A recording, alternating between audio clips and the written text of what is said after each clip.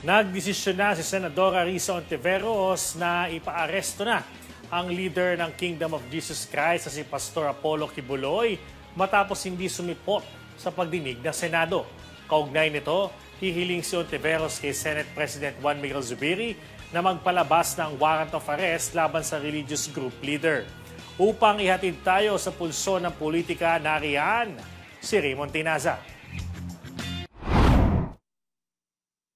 Nagmatigas si Pastor Apollo Kibuloy sa hindi pa rin pagdalo sa pagdinig ng Senado ngayong araw, kaugnay pa rin sa kinakaharap na paratang ng sexual abuses at human trafficking. Sa magitan ng kanyang legal counsel, nagpadala ito ng sulat para ilahad ang dahilan ng hindi pagsipot, bagay na ibinasura lamang ni Senator Risa Hontiveros, ang chairperson ng komite. Dahil dito, nagpasya si Hontiveros na makontempt si Kibuloy at hiningi kay Senate President Juan Miguel Migs Zubiri na magpalabas ng warrant of arrest laban sa leader ng Kingdom of Jesus Christ.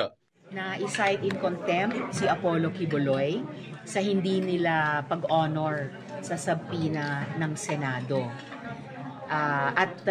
Ni-request ko ang Senate President na i-cause yung arrest niya for the purpose of pag-appear sa wakas dito sa hearing. Pero biglang dumating sa pagdinig si Senator Robin Padilla at nag-object sa nasabing contempt laban kay Kibuloy na malapit nitong kaibigan. Kaya mayroong 7 araw si Padilla na makakuha ng suporta mula sa mayorya ng komite para mabaligtad ang ruling ni Hontiveros at hindi matuloy ang pagpapaaresto kay Kibuloy. Tiwala naman si Hontiveros na manaig ang hustisya sa ibang senador at hayaang may paaresto ang pastora. Sa nasabing pagdinig, naukat din ang iba pang iligal na ginagawa umano ng KOJC maging sa ibang bansa. Kabilang dito ang paggamit ng mga accounts ng ibang tao para mapagpadala ng pera sa kingdom ni Kibuloy na ayon kay Hontiveros ay pwedeng isang kaso ng money laundering. Sa testimonya rin ng isang Dindo Makiling, dating opisyal ng KOJC sa Canada, kinumpirma nitong sangkot umano ang grupo ni Kibuloy sa pekeng pagpapakasal. Inihag nitong sa Canada pa lamang nasa 100 ang fake marriages ang kanyang nalalaman na sinagawa ng KOJC para sa permanent residency.